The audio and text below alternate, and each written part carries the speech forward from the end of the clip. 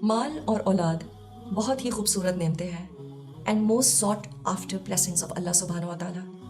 یہ دو چیزیں اس دنیا کی زینت بھی ہیں. المال والبنون زینت الحیات الدنیا. مال اور اولاد تو دنیا کی زندگی کی رونق ہے، مگر یہی مال اور اولاد فتنہ بھی بن جاتے ہیں. انما اموالکم و اولادکم فتنہ. تمہارے مال اور اولاد تمہارے لیے محض فتنہ ہے. اللہ جب پیسے یا اولاد کی شکل میں رزق عطا فرماتا ہے وہ بہت بڑی آزمائش ہوتی ہے، اور خاص طور پر جب مال کثرت سے ہو اور اولاد بہت قابل ہو. کس ماں کا دل نہیں چاہتا کہ اس کا بچہ اپنے ماں باپ کا نام روشن کرے؟ کس کا دل نہیں چاہتا کہ بچوں کو بہتر سے بہتر تعلیم دی جائے؟ اور سچی بات تو یہ ہے کہ جب ایک بچہ یا بچی باہر ملک سے ڈگری لے کر واپس آتے ہیں تو ماں باپ کا سر کتنا فخر سے اونچا ہو جاتا ہے. And rightly so. تو اس میں آزمائش کیسی؟ اللہ تعالیٰ نے پیسے اور اولاد کو فتنہ کیوں کہا ہے؟ تو فتنہ کہتے کس کو ہیں؟ فتنے کی ایک شکل یہ بھی تو ہو سکتی ہے کہ انسان اپنے آپ کو جان بوجھ کر ایسے حالات اور ماحول میں ڈال دے جہاں آپ کو اچھی طرح معلوم ہے کہ دین پر چلنا مشکل ہوتا چلے جائے گا. تو ہو سکتا ہے کہ جو ماحول ہمارے لیے فتنہ نہ ہو وہ ہمارے بچوں کے کچے ذہنوں کے لیے ہو جائے. تو کیا یہ ممکن ہے کہ ایک 18 سال کا بچہ یا بچی اس کے لیے ایک باہر کے ملک میں اکیلے جا کر پڑھنا ایک فتنہ بن جائے، ماں باپ کے لیے بھی اور اس بچے کے لیے بھی؟ اور کیا یہ ضروری ہی ہوئے گا ہر بچے کے ساتھ؟ بالکل نہیں. تو اگر ایک بچہ ریلوکیٹ کرتا ہے اپنی سیکولر ہائر ایجوکیشن کے لیے اپنے گھر والوں سے دور کسی ایسے ملک میں جہاں دین کی پریکٹسز کم ہو یا بالکل بھی نہ ہو، تو کیا ہم نے اپنے بچوں کی ایسی تربیت کر دی ہے کہ ان کا ایمان وہاں پر بالکل نہ ڈگمگائے؟ پھر اللہ نے بہت سی چیزوں کو حرام نہیں کیا مگر یہ کہہ دیا کہ دیکھو اس میں فتنہ ہے. Why? Because it might be different from case to case. لیکن پھر بھی اس میں فتنہ ہے ضرور. تو دیکھ لو کہ تمہارے لیے یہ چانس لینا کتنا اہم ہے، اور اس بات کے لیے بھی تیار رہو کہ کیا کچھ ہاتھ سے جا سکتا ہے. کچھ لوگوں کا کہنا ہے کہ ہم کب تک بچوں کو اپنے سے باندھ کر رکھیں گے؟ ایک وقت آتا ہے جہاں اللہ پر چیزیں چھوڑنی پڑتی ہیں.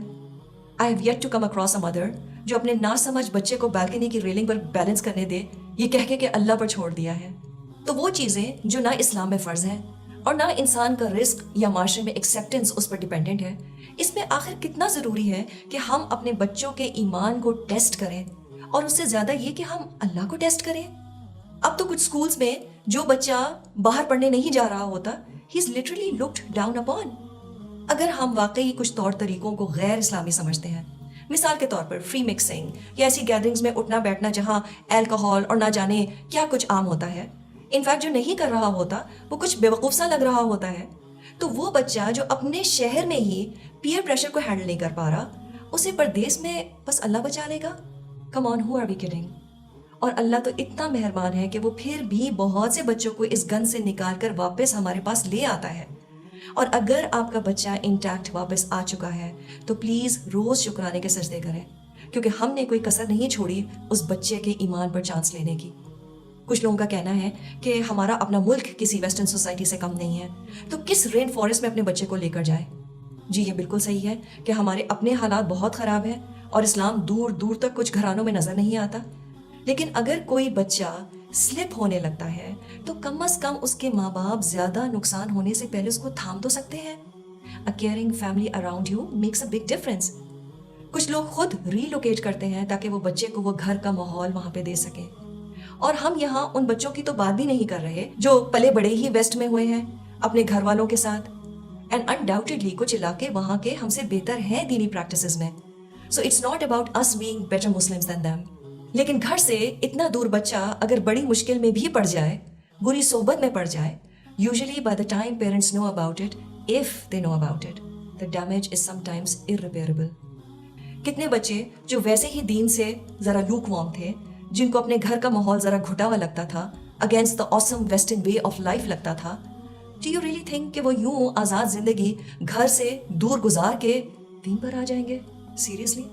اور اگر بچے وہاں جا کر مس فٹ فیل کریں تب ماں باپ اداس، اور اگر وہاں جا کے ان کے غیر اسلامی ماحول کو اپنا لیں تب ماں باپ روتے ہیں. So how does it usually start? شروع میں چھوٹے چھوٹے معاملات میں مشکل ہوتی ہے، وقت پر نماز پڑھنا، رمضان کے روزے، حلال کھانا کھانا وغیرہ. لیکن جب وہ جگہ آپ کا سیکنڈ ہوم بن جاتا ہے تو آہستہ آہستہ ایک ایک کر کے چیزیں ہاتھ سے چھوٹنے لگتی ہیں. اور بس وہاں انسان جا کر رک جاتا ہے جہاں وہ خود نہیں, اس کے ماں باپ نہیں, بلکہ اللہ روک دے, اس پر رحم کر دے. And by the way, there are Muslims who became atheist in their late teens and 20s. And you know why? Just because of relocating alone at an age where your God, your ilah, is your nafs and your crazy hormones. And where did they relocate themselves? To non-Muslim majority areas. And for what? Higher education. So where does the problem start from? Parents claiming to have tawakkul on Allah, assuming that they have tied the camel. And for our kids, the problem starts from having issues in daily prayers, fasting, finding halal food. شروع میں تو پھر بھی اماں ابا کا سبق اور نصیحت یاد رہتی ہے, کچھ ہوم سک بھی ہوتے ہیں, لیکن پھر آہستہ آہستہ ایک ایک کر کے چیزیں چھوٹنے لگتی ہیں, until their relocation becomes a severe fitna for their iman. Now having said that, this won't be the case with everyone. 2 طرح کے ماں باپ ایسے ہیں جو اس فیصلے کو صحیح سمجھیں گے, and rightly so.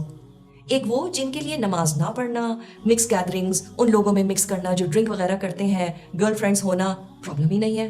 They feel it's a phase and it will pass. اور اگر کچھ ویسٹ کی چیزیں اپنا بھی لیں تو it's cool, no sweat, this is all part of the big game. And they claim, oh our kids, they know their limitations. Well for such parents I will simply reserve my comments.